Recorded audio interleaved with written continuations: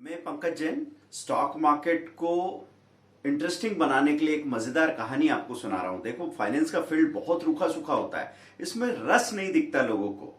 बाकी चीजें, क्रिकेट का स्कोर या पॉलिटिकल बातचीत जो आप करते करते करते थकते नहीं है, क्योंकि उसमें रस है।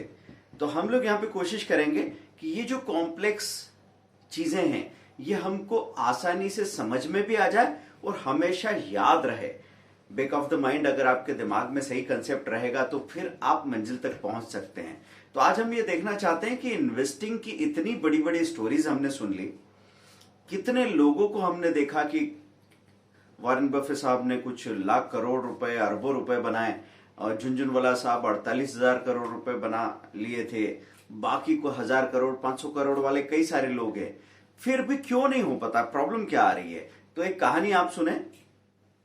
एक बार एक साधु था और उनके गुरु जब जा रहे थे तो उनसे मिलने गए वो आशीर्वाद के लिए। तो गुरु मरते मरते कह गए कि बिल्ली मत पालना बेटा, और मर गए। अब ये आदमी परेशान, सुबह शाम खाना खा रहा है, कुछ भी कर रहा है, तो उसके दिमाग में आ रहा कि क्या बोल के गए बिल्ली मत पालना। तो वो बिल्कुल अपनी धुन में गुम है और आसपास आश्रम के लोग कह रहे हैं बेटा परेशान क्यों हो आप, आपको क्या हो गया। आप तो बोले गुरुदेव से मैं मिलने गया था और उन्होंने कहा शिक्षा के मामले में आखिरी लाइन कि बिल्ली मत पालना। तो बोले समझे नहीं आप, तो हम आपको कहानी सुनाते हैं कि आपके गुरुजी जो गए हैं, चले गए हैं, उनकी जिंदगी में क्या हुआ था, तब आप समझ जाओगे कि बिल्ली पालने का मतलब क्या है। तो वो किसी गांव में थे। गांव में वहां पे उनके पास वही 2 लंगोट थी। अपरिग्रही इंसान जिस ज्यादा झंझट पालता ही नहीं है, 2 लंगोट टंगी रहती थी, चूहे आके कुतर जाते थे। तो चूहे कुतरते थे, किसी ने आके, ज्ञानी ने बता दिया कि एक काम करो बिल्ली पाल दो, चूहे उसके डर से भाग जाएंगे, वो चूहों को खा लेगी। बिल्ली पाल ली। अब बिल्ली पाल ली तो गुरुजी अपने लिए जो खाना वाना लाते थे, अब बिल्ली के लिए दूध अलग से लाना पड़ रहा था। तो दूध लेने जाते थे, कभी दूध मिलता नहीं मिलता था, दूध को संभाल के रखना नहीं तो दूध फट जाता है। तो किसी और ज्ञानी ने आके उनको सलाह दे दी कि अब बार बार आप ये दूध के लिए ऐसे भटकते फिरते हो, तो एक गाय आपके यहाँ बांध देते हैं हम, तो गाय का दूध निकाल के काम हो जाएगा। अब वो गाय बंध गई वहां पे आश्रम में। अब वो कुटिया के पास में उसका दूध निकाल रहे हैं, गाय को चराने के लिए जा रहे हैं। तो धीरे धीरे वो अपने रास्ते से भटकते चले गए। उनकी साधना के लिए तो समय नहीं निकल पा रहा था। जब साधना के लिए समय नहीं निकल पा रहा था तो फिर किसी और ज्ञानी ने आके ये कहा कि एक काम करो, आप गाय की देखभाल के लिए किसी को रख लो। तो एक महिला को गाय की देखभाल के लिए रखा गया। अब आग और घी पास में रहेगा तो क्या होता है, घी पिघल गया। तो धीरे धीरे वो गृहस्थ हो गए और उनकी साधना तो पता नहीं कहां ताक पे रखी रह गई। वही चीज एक इन्वेस्टर के साथ होती है। एक इन्वेस्टर बहुत स्टडी करके बड़े तरीके से अपनी एक लिस्ट बनाता है और सोचता है कि ये स्टॉक में खरीद के रखता हूं, ये स्टॉक मैंने खरीद के रखे हैं।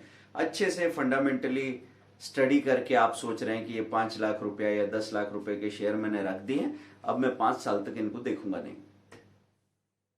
अब इतने में क्या होता है, बाजार में उतार चढ़ाव की लहरें आती है।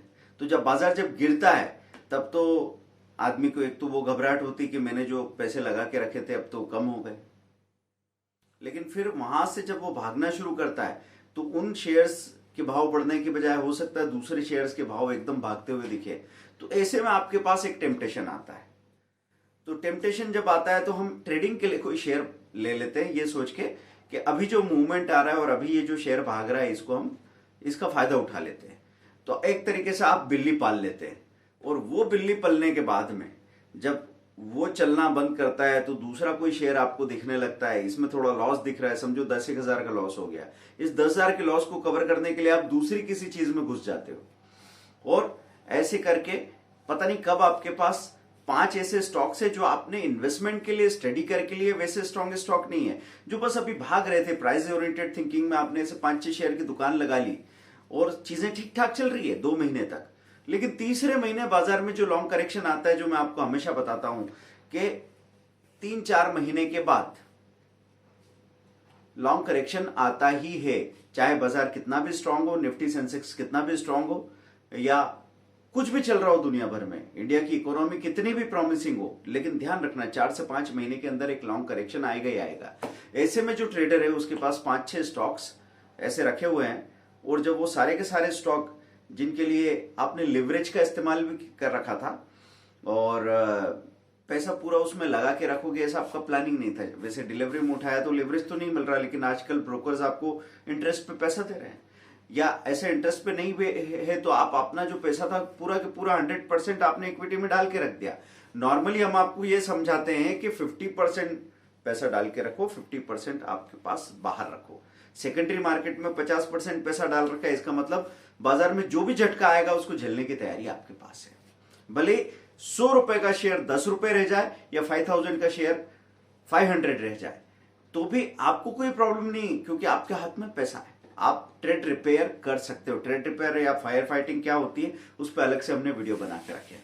तो मैं ये कह रहा था कि आपके पास वो 5-6 स्टॉक्स है और जब एक साथ मार्केट नीचे बैठता है तो एक नया गड्ढा बन जाता है, फिर आप उस गड्ढे को भरने में लग जाते हैं और आपका जो स्ट्रॉन्ग फंडामेंटल पोर्टफोलियो आपने बना के रखा था धीरे धीरे उसमें से आप शेयर बेचना चालू कर देते हो। आपके ट्रेडिंग लॉस की भरपाई करने के लिए या फिर कभी कभी परेशान होके पजल्ड होके लोगों ने ये काम किया है कि अपना पूरा पोर्टफोलियो निपटा दिया। तो बिल्ली कभी मत पालना। मैं आपको यही कह रहा था कि अभी सबसे जरूरी चीज है फोकस। और वो फोकस कहां से आता है? जब आप अपने काम से काम रखें और जो इन्वेस्टिंग का आपका रास्ता है, अगर आपने ये तय कर लिया कि मुझे बहुत बड़ा पैसा बनाना है, तो फिर आप ये जो मानसिक मनोरंजन है ये नहीं करेंगे, क्योंकि मनोरंजन जो होता रहता है इसमें हमको कई बार ऐसा फॉल्स सेटिस्फेक्शन मिलता है कि यार पैसा बना, और हम कहानियां सुना सकते हैं अपने आसपास के लोगों को कि यार दिन का 8000 रुपया आया, दिन का 12000 15000 आया, लेकिन by the end of the month अगर ये चीज वहां बचती हुई नहीं दिखती है तो आपको समझना पड़ेगा। और कभी कभी तो एक महीने में आपको दिखा प्रॉफिट है, दूसरे महीने में भी प्रॉफिट है, थोड़ा कम हो गया, तीसरे महीने में जितना भी प्रॉफिट था वो बराबर हो गया। तो एक क्वार्टर में या 6 महीने में आप देखो कि असल में क्या निकल के आ रहा है, कितना पैसा आ रहा है, कितना ब्रोकरेज और टैक्सेस लगे। क्योंकि पहला महीना इतना कंफ्यूजिंग हो सकता है कि एक ही महीने में आपने 2 लाख रुपया बना लिया, दूसरे महीने में आपने 1.5 लाख बना लिया, टोटल हो गए 3.5 लाख। तीसरे महीने में लॉन्ग करेक्शन आया तो 3.5 लाख में से 2.5 लाख आपका चला गया, आप नेट 1 लाख का प्रॉफिट बचा है।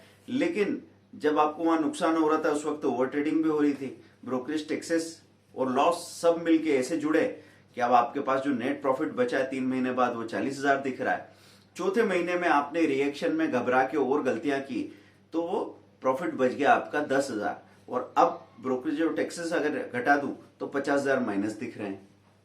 अब आपको समझना पड़ेगा कि 6 महीने बाद वो रिकवरी करके आपको 1 लाख 1.25 रुपया प्लस दिख रहा हो सपोज, तो आपको नजर आएगा कि जो 4-4 घंटे आप लगे पड़े थे बाजार में, उसके बजाय कोई सा भी एक स्टॉक उठा के रख लेते। आपने 5 लाख रुपए एंगेज कर रखे थे, आप 2.5 लाख रुपए के शेयर ही खरीद के सो जाते तो इससे तो ज्यादा मिल जाता।